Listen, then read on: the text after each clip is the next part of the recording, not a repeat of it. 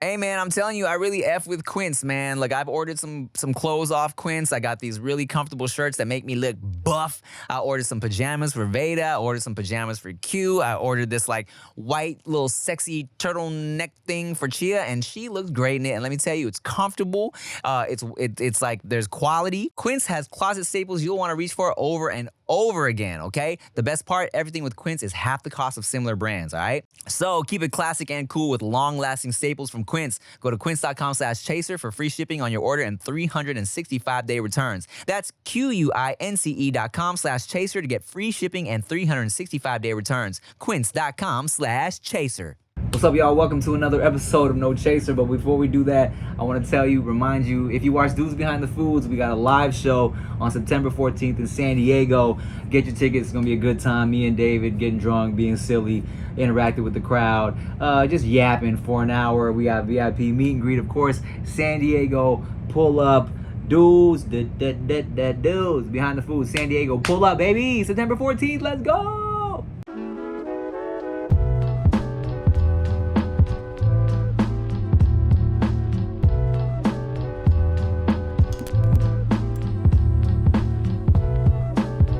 5, 4, 3, 2, 1. Oh, my child, forever I am by your side. Take all your trials, give them all to me, for the road seems hard. Just follow me, I won't lead you wrong. The pain is temporary, soon it'll be gone. Just a little longer, for it won't be too long. Tell me, do you believe? Hey, God is good. Hey, all the time, man. All the time. How you know that was about? Huh? Why you say I mean, I God is figured. good? Yeah. Oh, that's kind of crazy. A sugar daddy? That's crazy. I mean, who else would it be about? That's the remix. Nah, that's funny. That's a good guy. Thanks, guys. That means it's working. Hey, we here. What's up, y'all? Welcome back to the No Chaser podcast. We got a special. Oh, I'm Tim Chantarangsu. I'm Ricky Shucks. What's up, y'all? We got a special episode today. You know, y'all always ask me, how come you don't ever have anybody from WildNOut on the show? First of all, we don't talk like that.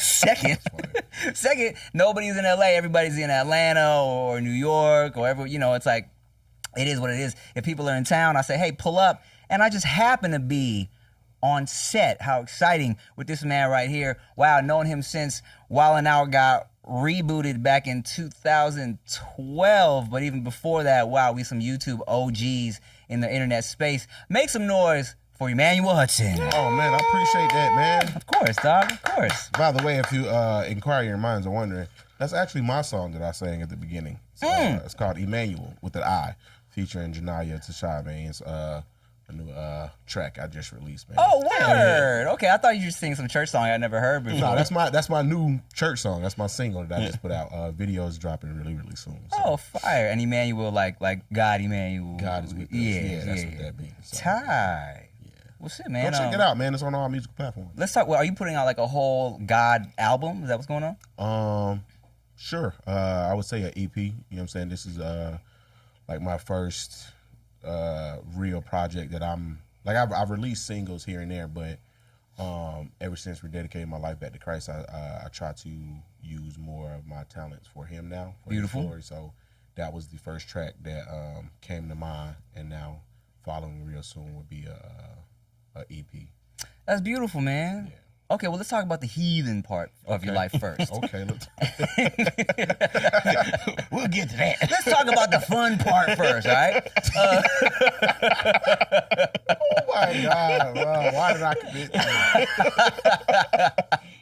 All right, so as I said, I've known this for Emmanuel since the WildNOut reboot, but of course we knew of each other from the YouTube stuff, right? Yeah. I remember when I first got the like confirmed, yo, you're gonna be on the cast. I saw a tweet from you because we follow each other on Twitter, and I saw a tweet from you that was like, you said like New York next week or something like that, and I DM'd you. I was like, WildNOut, LOL. You said LOL. Yep. That's crazy. Yeah. Man. Your memory is crazy. Like, and I hate it sometimes. Tim keeps a picture of an embarrassing picture. keeps a picture of me in his phone, which is kind of it's a little sus, but you know.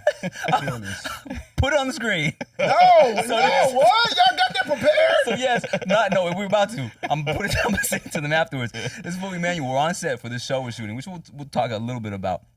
And he was like, I sit down next to our castmate. She's like, he said that you were really goofy and took a picture of yourself when you were supposed to be taking a picture of him. And I'm like, no, he did that. Look. I forgot that was me. And if I had known that he was going to keep that picture in his phone since 2015, I would have never done that. If I had known how weird you were, I would have never DM'd you back. Oh, I'm weird, dog. Yeah, it's weirder than you think. Sometimes he used to just send it to me. Wait, pause. Send what? The selfie of you. Here's a picture, man. He took himself on my phone.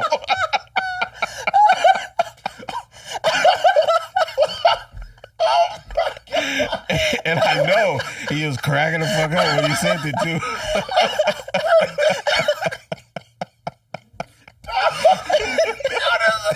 That's so weird.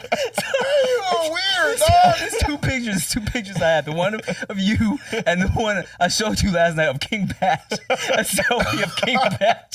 And I just send that randomly to people. No, see, I thought like he would randomly send me my own picture, and it's like, here's a picture of you in my phone. Okay, that's weird that you're doing that, but it is weird. So it's not that weird. But you're sending the same picture to different people. You're sending the ring.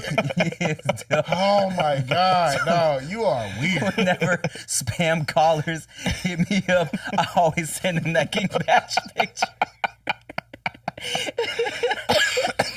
What is wrong with you, man? You're a special kind of special. I forgot because I couldn't find it in my phone for the longest time until you reminded me about it. I had to go back into the archives and resave it on like from Twitter or whatever. But, oh shit, that's amazing. I wish I would have never met you. Well, look, hey, I brought you a present, man. I don't want it. Yes, yeah, you do. So check this out. I brought you some Asian shit, but here you go. I'm gonna just give it to you. Yeah. He had AI make that picture of you look Asian, and he put it in frame. Here you go, man. Oh, are you kidding me? Hold on, that's for you. Oh, what? What's the catch? There's no catch, bro. I just appreciate you coming to the podcast. I'm not gonna lie to you guys. I can show it on camera because I don't know who y'all sponsored by. But I literally just got put on to these and I can't stop. Like I cannot stop. These are the most addicting things. And the crazy part is I gave the most untruest fact to someone about these yesterday. I thought when I first got introduced to these, I thought they were made for they were good for like sneezing. And I thought it was Hachoo for Hachoo. And you know how I don't know what made me think of that, but you know how when you're telling somebody some information that you think that they don't know and you believe like this is what it really is. I'm like, yo, you know those are for like, that's why it says Hachoo. It's for Hachoo. Like you eat it when you sick. And they were looking at me like, are you sure? I'm like, yeah. And when I Googled it, totally wrong. You didn't really think that. You just made it up. Yes. And I'm sitting there trying to figure out, where did I get this from? Why would I think this? I don't even know why they're called high chews. But I mean, you chew, yeah, and I don't know. Oh, but it is marijuana. It's THC though. You get high when you chew it.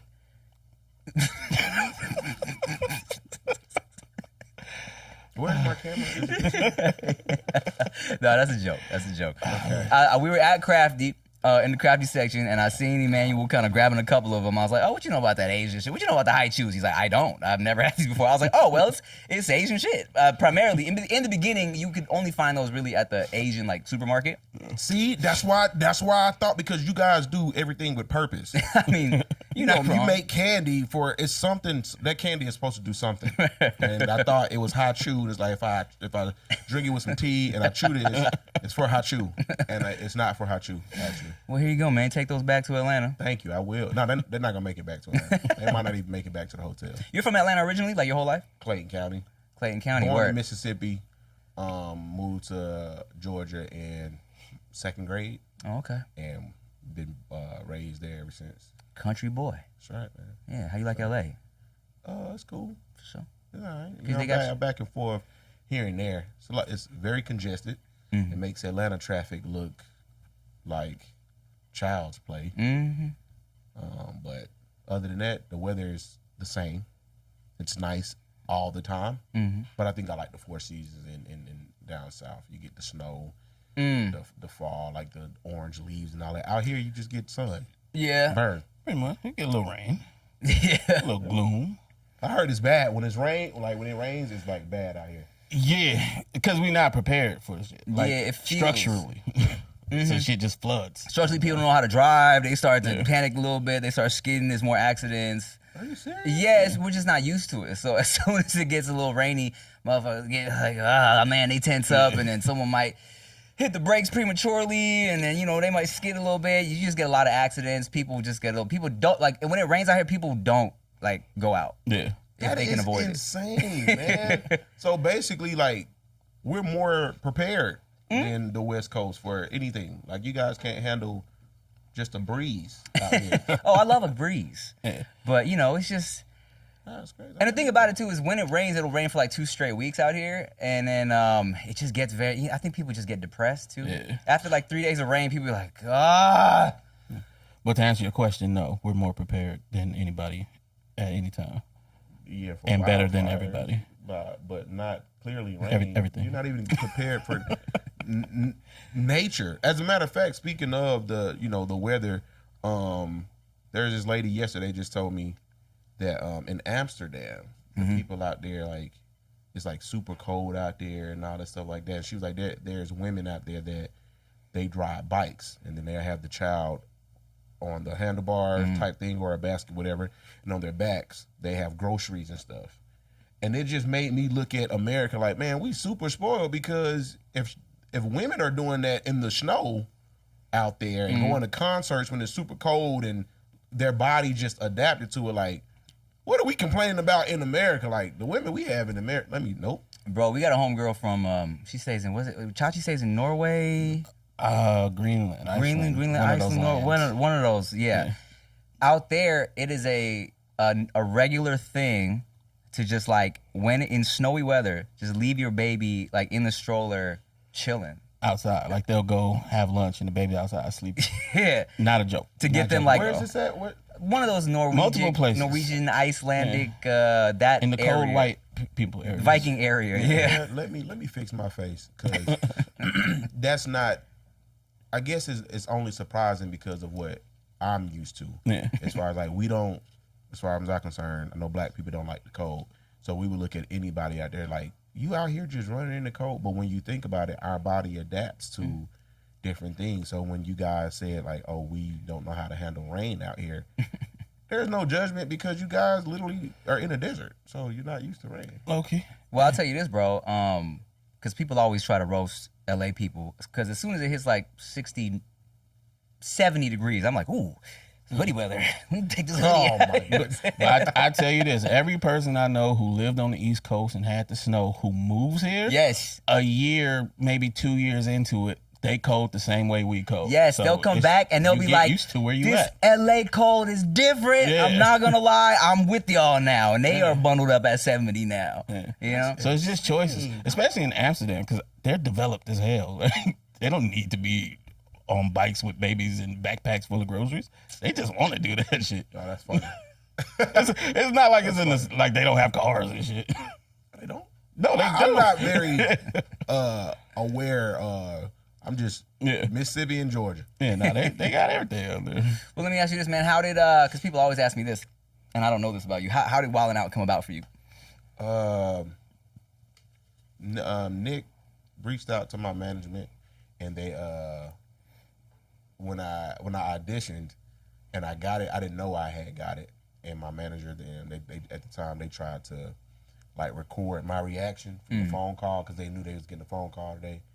And when I was on the phone, you just hear, you remember the fat white guy we made, the Muffin Man?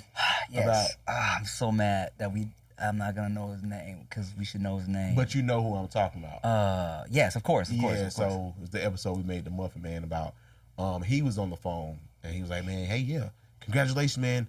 You're going to be on WildNOut. I appreciate it. And my manager was like, man, we can't put this on YouTube. Like, you supposed to be excited. I'm like, oh, no, I'm excited, but I mean, what you want me to do? Like, I'm not trying to say, oh, I was supposed to make it. It's just the type of person I am. I'm not satisfied until like the job is done. You know what I'm saying? So I can get it now, and all of a sudden, oh well, they pushed the season back to shoot, and I'm learning all that stuff now. So it's just like, oh, I appreciate it, man. Thank you. And they were just disappointed because it's like, man, your reaction could have been way better than that. I mean, I think we know how that shit goes in this industry, right? Where people will gas you up and give you so many promises that will get you hype, and then all of a sudden it just fall apart. Nothing. Like me and Rick, we were supposed to be in India for like a summer filming a movie. It's been multiple people in my ear like, I got this movie, you definitely gonna star in it, we're filming it. It was some people at the table read. I had a whole table read. People were like, we don't care if we barely get budget from it, we're doing this movie. And it just never came about. Giving you full scripts too. Yeah. Full scripts, not just some sides. Full scripts. Read it, get familiar with it. We're gonna be shooting 2 months. I never read that shit. I'm glad I didn't. Man, he's probably gonna kill me for saying this, but Hitman, like that was one of our biggest lessons. Talking about his release? Yes, man. Yo, we talked Hitman, about I this. love you, but this is the first time I've ever told this story on camera. Man, it was his debut episode. And when he was shooting it, he did his thing. But we later found out that cuts have to happen on TV shows and things like that. So, you know, sometimes when we shoot WildNOut, usually we shoot it, then they prepare it, all that stuff. It takes at least 2-3 months to come out. So the whole time he's telling people like, yeah, you know, this is my episode, da-da-da. He flew me out to St. Louis. Oh. And I walk in there like he does everything like huge. Oh my God. Big party. Man, when I say, man, they only showed that man dang near in the commercial. In the background somewhere. And he threw the whole part. But the funny part is, I was getting so much love that episode. I was getting so much camera time that episode where people would have thought that this man threw a party for me.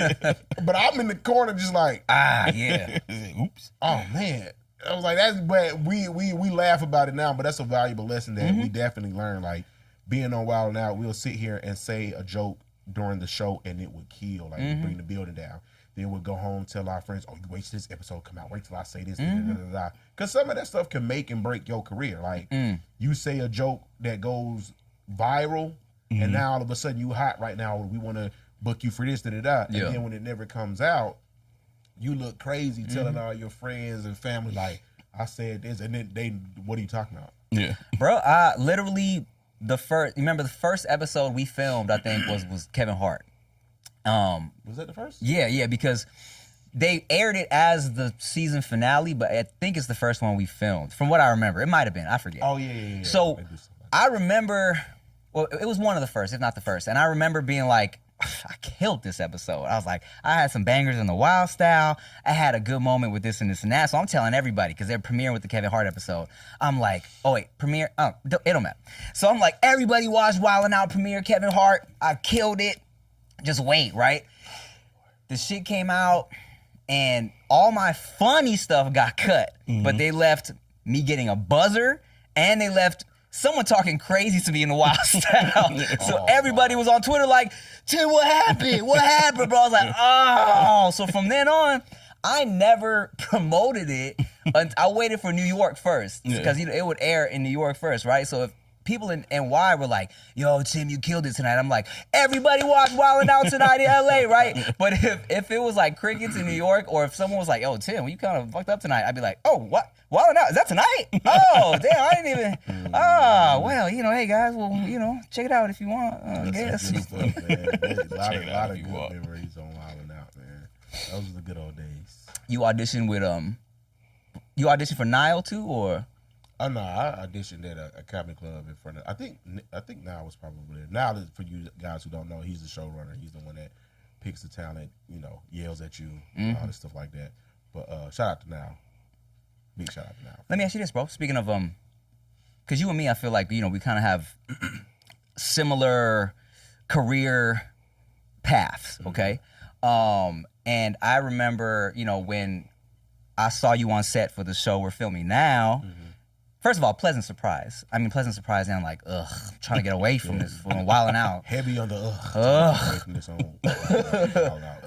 But you asked me, like, yo, something like, doesn't it feel great to be like, okay, we got some other stuff aside from WildNOut? Of course, WildNOut, it's like, that's fam. That was like a great time of my life. But it's like, people are always, to an extent, gonna be like, oh, WildNOut dude, YouTube dude. You know what I'm saying? Now that we booked something that's like scripted, how does it feel for you to move on to this like different type of vibe? To be honest with you, I really I said that to you as a joke. You know what I'm saying? But at the same time, I thought you was being serious. Nah, but at the same time, like when I host a lot of things, like I host a lot of colleges, step shows, yada yada yada, stand-up shows, and all the things like that. So when they read your, oh, how should we introduce you? Like a lot of the times they will just say WildNOut or the YouTube, things like that. And it never really bothered me. It's just one thing that I noticed. Like, okay, now like it's basically your resume. People are calling out your resume. And again, WildNOut is a genius show. Like, it's, to be honest with you, at first the producers were like, this show is a stepping stone. Like, you're supposed to be on this show and it's supposed to catapult your career. We don't want to see, shout out to Now. That's a good Nile impression, by the way. Like, we don't want to see you on this show forever. This show is not for that. And here we are, like 15 years in and things like that. And it's like, no, I think I love it here. Like, because how it works is you're on WildNOut, you shoot, and then they drop it maybe a year max later or months later. To me, I always looked at that as, okay, if I'm on TV, the longer I'm on TV, the longer I get to tour. And the longer I get to tour, the more money, obviously, the more opportunity that comes. So I don't know what you was talking about now, but being on WildNOut, it gives me at least, to me, 3 years of what's the word? Relevance for hosting, comedian thing, because you're always in someone's face, so you're always a hot commodity. And then more seasons they were shooting. Now that they started the WildNOut tour, it's like, oh man, you know what I'm saying? So yeah, no, I feel that. I mean, shit, I haven't been on WildNOut officially since 2019. And I did a club hosting a few months ago in Calgary, in Canada, and they were like, are you cool if we put Timothy from WildNOut on the flyer? I was like, yeah, I don't care. You know what I'm saying? Whatever helps you sell tickets. You know what I'm saying? As long as you're paying me, I do not care. Facts. You know? I think it changed because of y'all, like your class of WildNOut. Because before it was that, you know what I'm saying? You had the Cat Williams and the Kevin Harts and shit. And they did that and it's cool. And then they go off and it's like, okay, I don't have to do that anymore. Y'all made WildNOut something where it's like, I want to do that. Yes. People want to do that. So you can do that and then in the off season do something else and then come back to that and keep your relevance, like you said, to get more shit. And it's never like, oh, but he does WildNOut. It's like, oh, the dude from WildNOut? Yeah. You get to a point where you don't even have to audition for certain shit because of a show like that. That's a perfect way to look at it, because that's what it is. Like, I don't want to, I know Nick knows, but at the same time, it's like, I don't think he understands how big like WildNOut truly is. Because, like you said, it's one of them shows like I want to continue doing this, and he's a genius for it, because I remember just WildNOut is a show for you. It's like, it's for you to individually to come onto the show and bring your fan base with you. And I remember that was a lesson I had to learn the hard way. Our first season there, I don't know if he's explained the whole story about our first experience on WildNOut, but I remember being on stage. And me and Tim were the only non-stand-up comedians at the time. Like, we didn't do stand-up, but we were surrounded by all the comedians, old and new, that did stand-up for a living. And I ain't gonna lie, I kind of felt a little intimidated, because I felt like, hey man, they've been on stage, they know how to get a reaction from the crowd and yada yada yada. I come from YouTube, you know what I'm saying? We don't get immediate laughter. Like, you see a comment, whatever. And it was just then it had to click to me, like, man, Nick brought you on this show because of your fan base. So whatever you're doing on social media, you bring that to the stage. Don't try to switch up and be a stand-up comedian. That ain't what you do. Yeah. So once I learned that, then I became the master of buzzers and bells. Like, if I can make you guys laugh all around, meaning if I say a good joke and you guys laugh, cool, it's a good joke. But if I say a bad joke and you guys laugh, then I'm good all around. You know what I'm saying? I can become a more of a household name that way. And not trying to be that way. It's just something that I learned over time. Yo, man, why drop a fortune on basics when you don't have to? Quince has the good stuff, high-quality fabrics, classic fits, and lightweight layers for warm weather, all at prices that make sense. Everything I've ordered from Quince has been nothing but solid, man. I got this, like, black T-shirt with buttons. I was like, it looks fly. I can wear it outside, and I can wear it to the club. It's super comfy, and it fits me great, all right? Quince has closet staples you'll want to reach for over and over, okay? Like cozy cashmere and cotton sweaters for just $50, breathable flow knit polos, and comfortable lightweight pants that somehow work for both the weekend hangs and dressed up dinners. And Quince only works with factories that use safe, ethical, and responsible manufacturing practices and premium fabrics and finishes, all right? The best part, everything with Quince is half the cost of similar brands. Keep it classic and cool with long-lasting staples from Quince. Go to quince.com/chaser for free shipping on your order and 365-day returns. That's QUINCE.com/chaser to get free shipping and 365-day returns. Quince.com/chaser. Hey, what's up, y'all? Just interrupting your podcast one more time to remind you that you have until September 18th to book your spot for my Mexico City trip with Trova Trip, all right? We got a group of like 17 people already, something like that. It's going to be so fun. Tequila, tacos, tequila making, more tacos. We're going to turn up together. You, me, a fun group of Tim supporters. We have to talk about me for 4 days, 4 nights. It's going to be lit, all right? Get away from the family. Get away from your job. Pull up with me. You can book up until September 18th, all right? We got a fun trip. The trip is in November, so come through, guys. It's going to be great. Look, man, I love a good, corny dad joke. That's my favorite. And look, you are the second best dude at that on the show. You know what I'm saying? So I always appreciated how much you leaned into those. And who's the first, Tim? Who's first? Obviously, Jacob.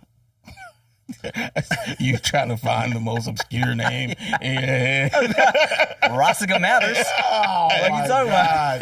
Look, I'm not claiming the corny king, but man, I don't even know for me like the way corny jokes kicked in. I remember I never used to laugh at corny jokes. Popsicle sticks, none of that. I would always look at those joints and just be like, this is corny. And then I remember one day in 10th grade, I don't know what came over me, dog, but I'm just in the middle of class and I just see this popsicle stick joke. It was on the internet. It was one of those, but the joke it was a dad joke, and it was, what did the Mexican say to the house that fell on top of him? It's a classic. Get off me, Holmes.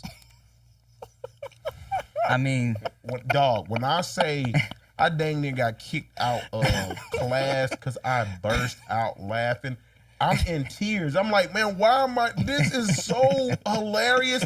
And from that day forward, bro, I'm looking at popsicle joke and I am like getting a healthy, hefty, hearty laugh at the most corniest jokes. And it's just, I think the next one was, what did the pen say? What did the paper say to the pen after an argument? You right. Oh, wow. I've never heard that. Bro, I'm over here dying. And from that day on, man, since 10th grade, like corny jokes have been, oh my God. And then I try to mix it with my originality, so I try to come up with my own things, and that's how that birthed on WildNOut. You see me doing like original jokes on there, and Tim started hating. Look, there's no way that Mexican joke was on a popsicle stick, though. No, not on a popsicle. He said maybe it was in the book or something. It was on the internet. I read it somewhere, but man, now people look at me and be like, dog, I get it now. This joke is so corny. You don't understand. Well, go ahead. No, I'm saying corny on purpose is funny because you understand what you're doing. It's like, this is stupid as hell, but it's kind of clever. And then also, if you rap, dad jokes, it's gonna hit different. Look, man, I have argued this so many times on the internet where a good rapper with clever bars is really just saying dad jokes. You know what I'm saying? For example, let me tell you, man. I mean, just look at that pen, paper, right. That's a bar. Oh, wow. You know what? You're right. Because one time, so my economics teacher or something like that in high school, he used to say this joke, which I loved. And he'd be like, oh, you know, I hate my dentist. You know, he always hurts my feelings. And so I thought that shit was so funny. I tweeted that shit one day. People were throwing tomato emojis at me. And I'm like, nah, man, look. Because if a rapper you love says something, you know, I'll call my girl my dentist. She loves when I'm drilling. But after I'm done, she always hurts my feelings. People would have been like, whoo! You know what I'm Wow. I never thought about it that way. That is insane. Like that is fire. Or like listen to every like URL smack rapper when they have like a scheme set up, when they're going in on a whole like, I don't know if it's like baseball teams or I don't know, medicine cabinet shit. It's always like shit where, I don't know.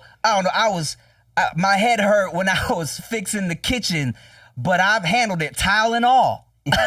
It's wordplay, it's puns, it's double entendres, it's all of that shit. That was off the top too. Dang, that's crazy. Nah, that's pretty. I'm thinking you guys are gonna go with something simple like, what did the sofa say when I pinched it? Couch. That's one of my favorites. You might have said that during a rehearsal one time when we were like just running through shit. I might have been the only person that laughed. Oh, I don't be caring. Once I got a hold to them dad jokes, it's like, yo, it's funny to me. I be dying. If you love, that's funny as hell, but people gotta think a little harder for shit like that. You think so?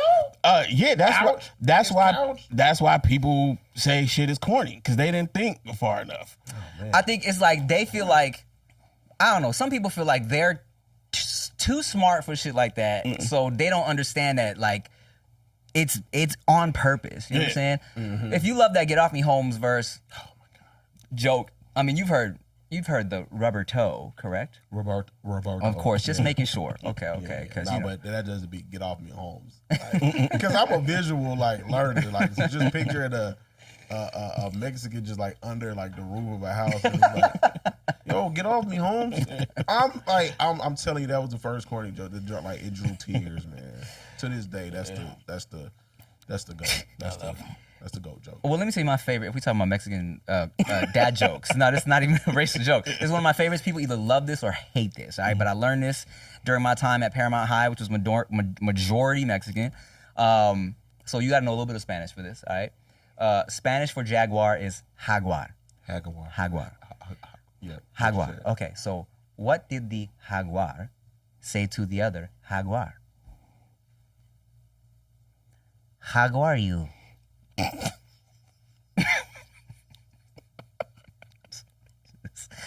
just that's just my favorite right there. Oh man.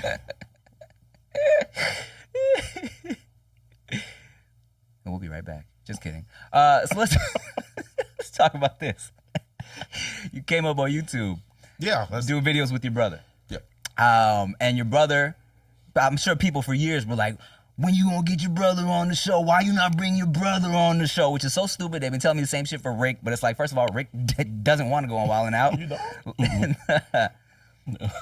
I think about it, you would have killed it. Now hit me to be like, hey, ask your boy Rick if he wants to audition, shit like that. I was this close to doing it, but then the same day, Vivo hit me up to like shoot a pilot for a music show, and I would be the host. I'd be the only person. So I'm like, And then I asked you what kind of money he was making first season, and Vivo was offering more. So I was like, I think that's a sign, dog. So I went to the Vivo shit, and then it didn't get picked up. Yeah, that'll happen. All right. So how did it feel? Well, first of all, did your brother want to be a part of it? Like, and how did it? He eventually did get on the show. Like, how was that whole everything? Bittersweet, a little jealousy there, because I've been on there for I don't know, 10 plus years at this time, or 10 plus seasons at this time. And his first season there, he got to perform. Oh, a song. Yeah, he got to perform his song featuring me, Coots. Oh, damn. Coots is an acronym for Crazy Aaron or something. COOTS, which is on all musical platforms. It's really fire. But it's bittersweet because I'm like, oh man, like, you know what I'm saying? You've been making music. Facts. Oh, man, I've been, y'all ain't never let me perform at the end of the episode. As soon as he get here. But I performed with Migos and Nick Cannon, our song Pajama Pants. Pajama. Yeah. Get it popping them little pajama pants. Yeah, true. I got the best verse on there. Anyways, go on. Yeah, but that was pretty cool, man. Like seeing Lil Bro just from the start. He wasn't he never really asked like, man, can you get me on there?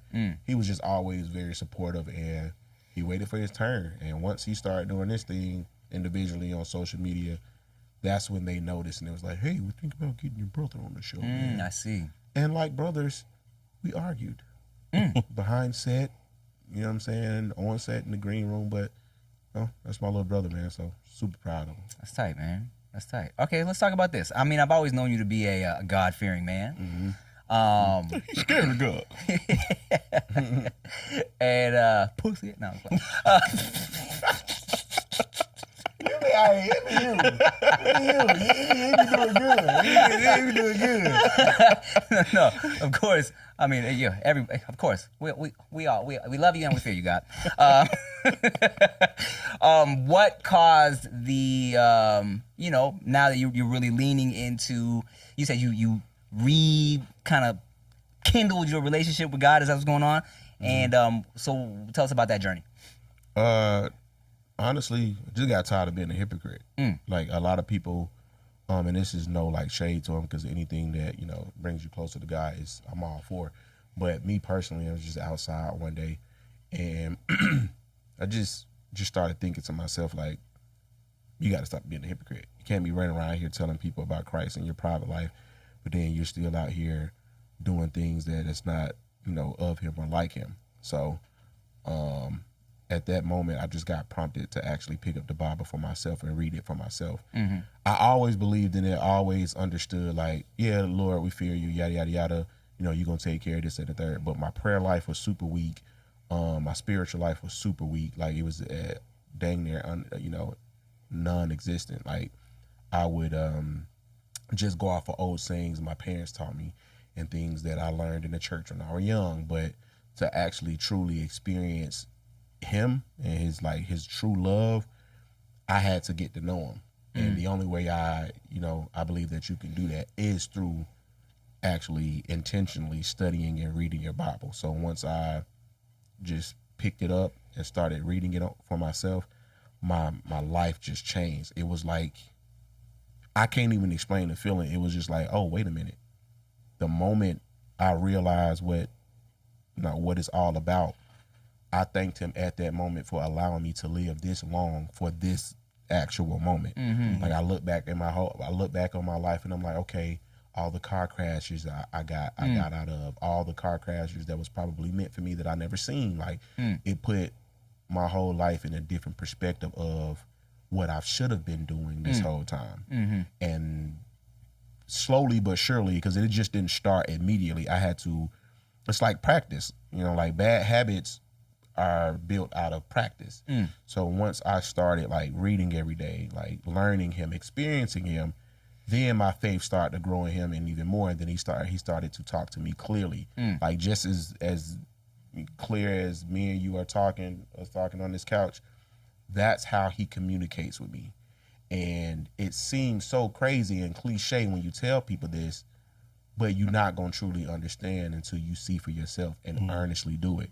And from that day forward, it was just like, all right, man, I can't go back. I can't go back to the way that I was living.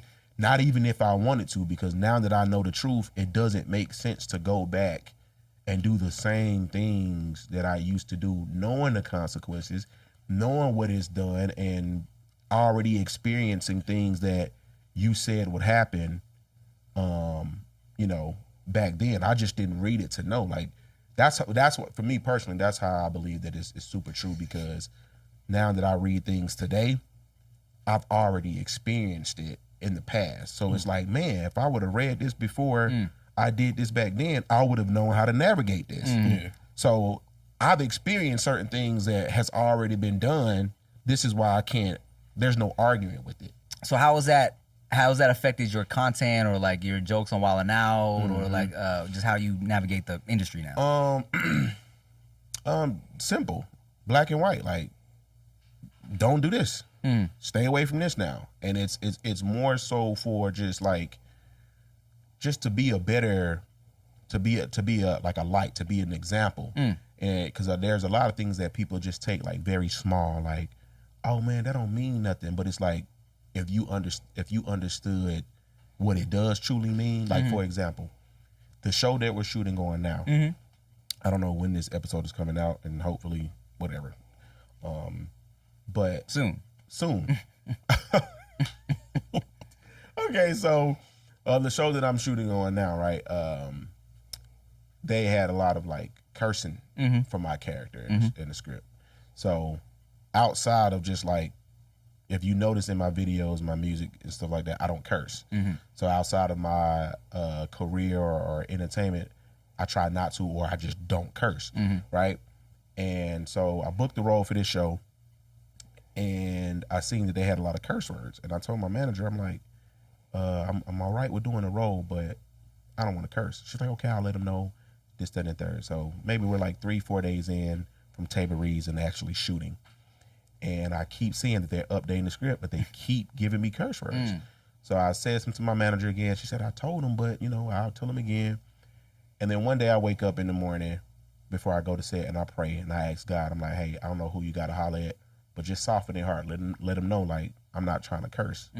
And I'll let you handle that. I go to set and the director pulls us, all the cast in the room, and he goes, hey, I want you guys basically, and you were there, so you're a witness to this. He was like, I want you guys to make the script yours. He said, if you see something on the script that you don't, that you don't like, I want you to be you. Make it yours. Stick to the script, but if you can say something funny or do something this, that, and the third, have it. I'm all about fun. So when he was saying that, the Holy Spirit was like, this is what you're praying for, right? And I'm like, oh, wait, oh, yeah, you know what? You're right. And after you guys left, I stayed behind and I just hollered at the director real quick, and I'm like, hey, I'm just gonna come out and say it. I don't curse, and I just want to let you know, like the character. He was like, done. He said, I didn't know that, and he was like, it's all good though. He said, I'm gonna send out an email to all the writers to tell them to not put any more curse words in your script. And I was almost in tears because I'm like, Lord, I'm used to you communicating with me this way, but it's so good every time that you come through. Like, it's nobody but you. And this is how I know it wasn't a coincidence. You learn that God is not a God of coincidence once you study. Before I walked out the room, he stops me and he goes, hey, you want to know something? I've been doing this for over 40 plus years. This is my first time ever being in the cast into my office and telling them to do what I just told y'all to do. And that is what sealed it. That's how God like, and checkmate. You know what I'm saying? Man, I totally agree. And I feel like a lot of people will say, if God exists, how come I never see any miracles happen? And I feel like there's always miracles happening, just people aren't paying attention. You know what I'm saying? It's like people might be like, oh man, what an amazing coincidence that this happened. Oh, what a blessing. But it's like, oh, I'm 100% that there's no coincidences. Everything happened because it was supposed to happen, and 100% like I agree. If God is talking to you and sending you blessings, and if you just pay attention enough or listen enough, then you'll hear or it and stop you'll see taking things for granted enough. Because people expect something unbelievable when they think of a miracle. It's like, not you. You could have not lived today. Exactly. You know what I'm saying? 100%. But it's not, honestly, I don't think it's the problem is not paying attention. I think it's the problem is a hardened heart, and the Bible talks about that. It's because I remember reading in Matthew's where Jesus was talking to the Pharisees, and it wasn't that they weren't paying attention. It's just that they didn't care. Like they asked Jesus, like, all right, well, if you the Son of Man, like, do this miracle then. And Jesus told them straight up, no. But as the reader, as I'm reading this, I'm like, why not? Like, if you just do it, you can just shut all that down. But Jesus knows our heart. So he says, so in the next verse, as I'm questioning this, the answer comes up, like, he says, no, because you've already made it up in your mind and in your heart that you're not going to believe. I can open up the heavens right now And the most you're going to do is, oh my God, man, that's the spirit of, the devil or this, that, and the third. So it's not about paying attention because there's a lot of things that you can't explain. But because you don't know God, you're not going to give him his credit. The most you're going to do is say, oh, well, that's a coincidence. Or you're going to go, I don't care. I'm still going to do what I want to do. Mm-hmm. So it's about your heart posture. Everything is about what you feel and how you are in here. That's what determines if you're a true believer or not, because there's miracles happening every day, whether you're paying attention or not. Mm-hmm. But it's up to you to actually believe that and receive that came from the man upstairs. If not, it don't matter what he does. You're just not going to believe it. I agree. And I tell you should thank me too, because I said, hey, give me all of Emmanuel's cuss words, all right? I'll take them. I'll say all them shits, if y'all got extra cuss words, you don't mind. A little light. I'm a little light on curse words over here. They was like, Tim, we gonna give you the N-word? I said, I don't know. I don't want those. I don't want he those. He can keep those. And the funny thing about this story, it just hit me the other day that this wasn't the first time God did that for me with the same exact situation. I just forgot about it. Okay. So once you forget about it, your confidence is not there. But if you know what God has done for you in the past, that is where your confidence comes from to act for these things. If I had to remember what he already did, I would have probably went in there and spoke to the director directly like, hey, I don't want to curse. I'm pretty sure he would have, respected it. But if not, yes, I would have walked. I would have walked away from the whole project. Oh, you're not gonna say one curse word? No, because that's how things start. Mm-hmm. You guys in LA, you guys have a lot of wildfires. Wildfires just don't start, and it's everywhere. It starts from something really, really small, and then it grows. That's how sin works. And when I thought about him already pulling me out of a situation like this, it was for my very first major movie. Even though it was a small role, it was for Ride Along with Ice Cube and Kevin Hart. That was going to be my first movie debut. And I remember getting the part that Jacob Lattimore, I don't know if you guys seen that movie, but in the beginning, Kevin Hart was talking to Jacob Lattimore on the football field about staying in school, yada, yada, yada. That was the part I auditioned for and I got. But by the time I got on set, they had gave the part to him. Okay. So now I'm just sitting in the trailer like, man, my manager done rented out the whole movie theater and and now I just got one line, but I was still like grateful for the opportunity, right? But once they told me like, you ain't got them lines no more, they gonna give you a line. I'm like, oh, okay. So I'm sitting in my trailer like, all right, look, I don't know what they gonna give me. I don't care if they give me one line, but just please don't let it have any cursing in it. And this was what, 2018, whatever that movie came out. So I'm sitting in there in the trailer nervous like, hey man, dang, this is my first movie ever. What I'm gonna sit there and tell them like, I ain't doing this? They can just kick me off and now I want everybody to hype and all this stuff. And my manager comes to the trailer where he says, all right, the director wants to meet you. So as I'm walking the set, that's the only thing I'm thinking like, how can I tell him that I'm not finna curse and him not kick me off to whatever? And then when I get to him, it was Will Packer, and he looks at me and he goes, hey, you the dude from YouTube, right? You did the asking all them questions. I was like, yeah. Oh, he good. He can say whatever he wants. Like whatever line, just long as it's, it fits with the, the moment, man, you can say whatever you want. And I just looked up at God and I'm like, wow, thank you. But at that time, I wasn't studying my Bible. I just knew of him and I would pray to him. Yeah. And it's scary in this industry. You be afraid to, especially if it's your first movie, first TV show. You are sometimes you're nervous to say something or complain. You feel like, oh, this could be the difference between me being in the movie and me getting cut like Hitman and being at the. So it's scary, you know what I'm saying? But nah, man, look, I respect that. I noticed immediately during the table reads. I was like, oh, Emmanuel's not cussing. Okay. And I already knew. I was like, okay, yeah, that's cool. And it's like, and that's the beauty of this show, Ron, too. Let's talk about this show, Ron. What a blessing if we don't talk about blessings. Wow. We can't say too much because I don't know when. Say it. No. But look, it's a sitcom. We are on pretty much every episode of the first season. It's funny. There ain't too much you can say without giving it away. If you say it, it's like, oh wow. Yeah, especially since it got some real history to it. It got some history. It's exciting. I will say this about it. two of my favorite. I only have 3 male comedians that, since I was a kid, I've always was a huge fan of, and only one of them is not on this show.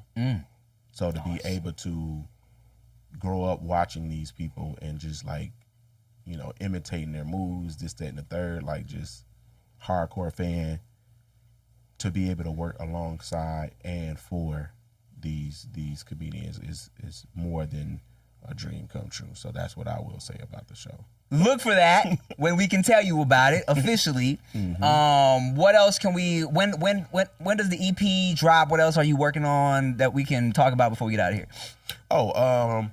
The EP drops soon. I'm not giving a definite what's the name because I'm perfectionist. I want to drop the videos for it, this, that, and the third. But the single is out now.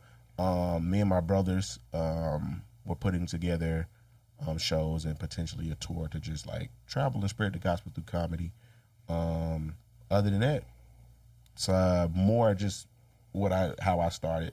Just more sketches, more music on the way, and hopefully after this season 1 of this show drops, you guys can look forward to more projects and things. Yes, sir. And I will say this: look, Emmanuel loves me so much. It's just he has a mean face.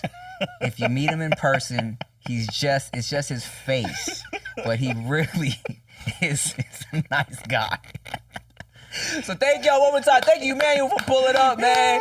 Shout out to E-Man, OG YouTuber, hilarious, WildNOut, acting, comedy, music, all that. Thank y'all for watching. Thank you to Emmanuel. Make sure you like, comment, share, subscribe, all that. We got a live show in Seattle, No Chaser Live in October. Make sure you pull up, get your tickets, VIP, all that. I'm Tim Chantarangsu. I'm Ricky Shucks. I'm Nikki Blades. Bye.